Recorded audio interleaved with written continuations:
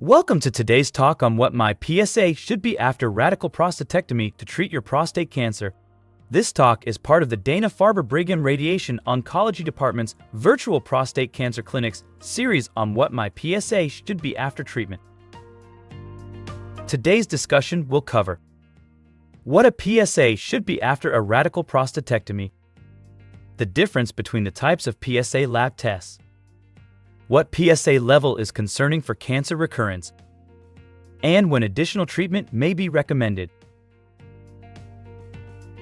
You underwent a radical prostatectomy to remove your prostate gland and treat prostate cancer. You no longer have a prostate gland that produces PSA. After your prostatectomy, your PSA should fall to an undetectable level, which we define as a PSA of less than 0.1. Traditional PSA lab tests measure PSA levels down to 0.1. Some laboratories choose to perform what is called an ultrasensitive PSA test. This is a fancy way of saying the lab can measure the PSA level below 0.1. Some labs can measure PSA as low as 0.01. Suppose you are having an ultrasensitive PSA.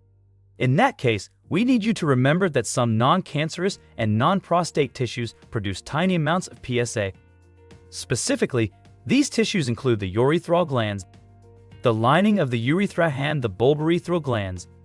These glands are estimated to produce tiny amounts of PSA, somewhere around 0.05.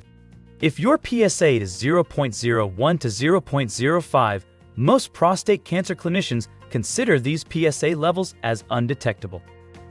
If your PSA increases to more than 0.05 but less than 0.1, there is some concern that your cancer may have returned. Still, we do not feel prostate cancer has biochemically recurred until your PSA is 0.1 or greater. Biochemical recurrence is when cancer cells remain in your body and there are enough cancer cells to produce PSA that can be measured in your bloodstream. In some men, even if your PSA is undetectable below 0.1 and has not biochemically recurred, radiation with or without hormonal therapy may be recommended as an addition to your prostatectomy. This is called adjuvant therapy. Adjuvant therapy may be recommended before your PSA indicates your cancer is back because your prostate cancer has a higher risk of returning. If we found that your Gleason score was 8, 9, or 10, plus one additional high-risk feature such as if your prostate cancer has invaded the seminal vesicles or is outside the prostate capsule, or spread to nearby lymph nodes, the addition of radiation plus hormonal therapy may be recommended. In most men, adjuvant therapy is not recommended. We would instead closely monitor your PSA, and if your PSA ever became 0.1, indicating biochemically recurrent prostate cancer, you should be referred to a radiation oncologist to discuss salvage radiation with or without hormonal therapy to reduce the chances of your prostate cancer coming back again.